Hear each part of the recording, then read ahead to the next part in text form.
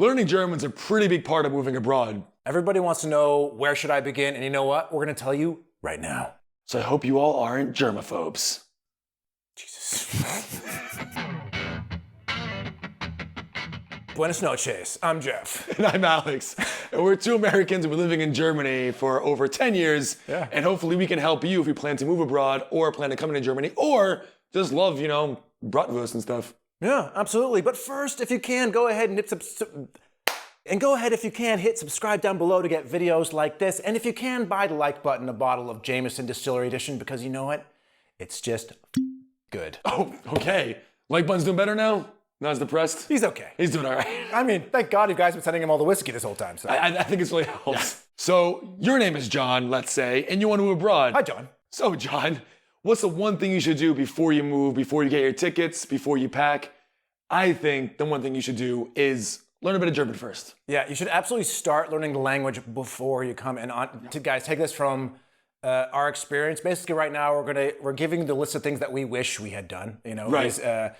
Gotten into don't become fluent, because that's not possible before you arrive. If you can. Yeah. It's not gonna hurt. Great, but we're not saying you have to start at the age of 12 to prepare for your university in Berlin. But go ahead and start learning that German a few months before you come over. Nothing major, Yeah. Do some Duolingo, get some flashcards going. But I'd say most importantly, if you can, find an app or a web-based platform, if you will, in which you can do actual conversations. Chatterbug is a good example of one, or Lingoda, exactly. And also an interesting one is that app Clio, in which we're talking to a virtual person. You got to get yourself practicing conversations, right? I mean, that's the important part. Scientifically, they've proven that with alcohol, your language skills get better. So, whiskey should be. Ooh, that's better. Yeah. Cheers. Oh, Lord. Ooh, I'm ready to learn some German. Such a German. But I think a good place to start maybe is, there's this myth of absorption. Like, a lot of people kind of, I don't really need to start learning German because once I'm there and I'm in Germany, it'll just come to me because I'm surrounded by it, the signage, I'm hearing it. And sure, that will help on top of something you're doing, but absorption in itself will not a fluent person make. No, and that's something that I really thought would happen. I said, I'm not going to learn any German. I'm going to go to Germany. I'm going to learn it in Berlin, the capital of the German-speaking world. It didn't work at all. It's because if you're in a city like Berlin or Munich or Cologne, you're in big international cities that have lots of expats, and English is pretty prevalent, and people are capable of switching to English, and they speak English really well. Like the current generations of Germans speak English really well. I mean, they learned English for 8 years in school. So that's kind of a tough pill to swallow. You want to think, I'm just going to go over, I'm going to learn, it's easy peasy, 1, 2, 3, done. It's not like that. It takes work, it takes consistency, and it takes dedication to learn a new language, especially when you're older. I'm talking like above 18 years old. You're not in high school anymore, you're not in school. Yeah. You got to do this on your own time, between work or between an internship or between, your hobbies, whatever you want to do. So It does take a lot of self-motivation to really get it done. Yeah, and I think something that you hit on, which is consistency. I mean, like, everybody knows if you just go to the gym once a month and do like 5 reps, like, your muscles aren't getting any bigger. And, I hate to bring up that analogy, but it's perfect for this because... It is. The language learning memory is kind of like a muscle. Yeah, because this is something that I did all the time. I would take a German course for a month and then then quit it for a month or two and then come back, and then I would end up forgetting what I learned. So next time I was back, at the books, I was having to relearn what I already learned, so I was wasting time. So I just maintained a level rather than improving. But it's not just about studying and going to the school. You can use multiple tools to help you. I think a really big one is watching German TV shows or watching a TV show in English. Yeah. Or in Spanish, wherever you're from. Yeah, just pull up Seinfeld on Netflix. Seinfeld. Like something you've seen a million times. Throw it in German, and I would suggest with German subtitles, because sometimes they speak too fast for you to really hear what they're saying. There it is. There it is, yeah. So I think that helps a lot. I think having a tandem partner, so someone who wants to maybe learn English and you want to learn German, you talk to each other once, twice, 3 times a week, plus watching a show, plus going to classes. you're gonna get your German level is gonna improve a lot quicker than you think it is. And I think the beginning level is the hardest. So going from like A1 to A2. Yeah. That'll be the most complicated probably because you're starting from ground zero, you're starting from nothing. But once you get that base down, it does exponentially get easier and then a bit harder again.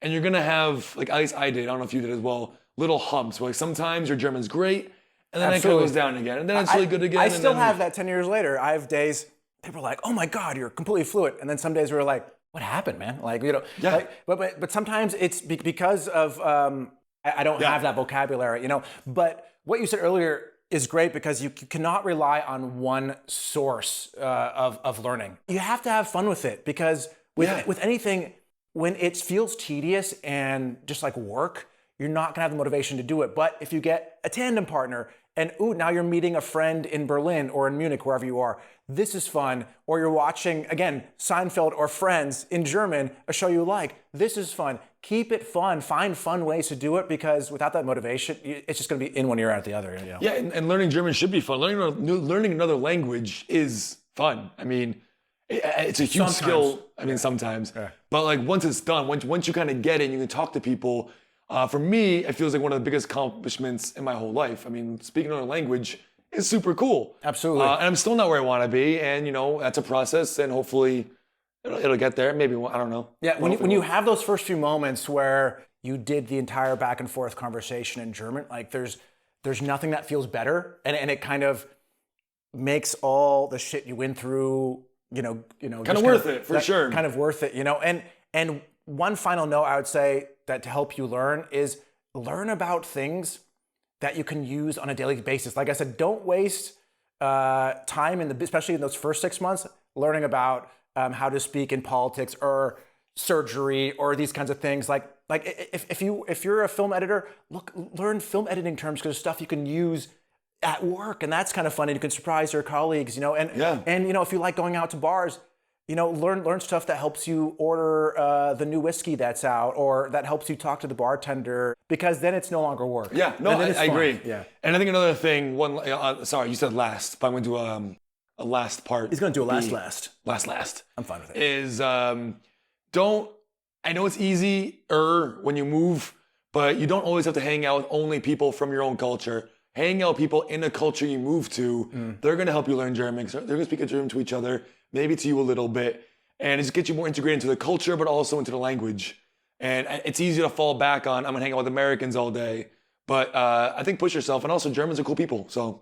Yeah, like, don't always be dependent on, you know, every time you have, again, an appointment to book a new phone contract or to go to the immigration office, don't always bring a German speaker with you to help you. Like, go in it on your own. Because that'll test yourself. Yeah, it'll test yourself, boost your confidence. Once you walk out of there, you're like, wow, I was able to do that on my own. And then suddenly you're talking more. The key, get yourself speaking as soon as possible. Yes. In the beginning, you're gonna have no confidence, but it's better to speak and say something wrong, use the wrong grammar, than to not speak at all, because that is what is gonna get you to learn a new language and to learn German. I made the mistake in the beginning, being kind of shy, but then eventually I was like, you know what? I just have to speak and screw the grammar, right? And just like just talk. Der, die, das. Just pick one for now and just go along with it. Throw it out the window in the beginning. People understand you, and Germans appreciate when you try. You know, they really do.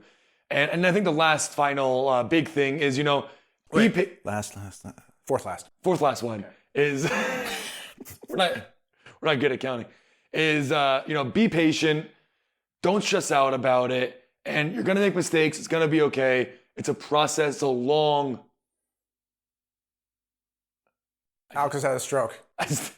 And you're gonna make mistakes. That's okay. It's a long process, and eventually, if you just keep persevering, stay motivated, you're gonna learn it. You're going to learn it. Talk and make mistakes instead of not talking at all. Trust me, if you take anything from this video, take that away. Get yourself talking.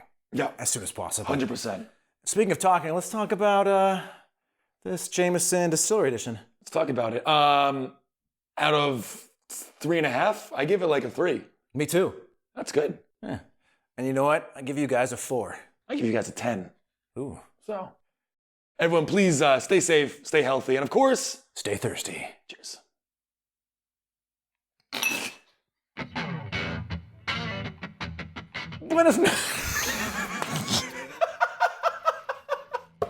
You want to move abroad, you want to come visit, but mostly you want to move abroad. Nope.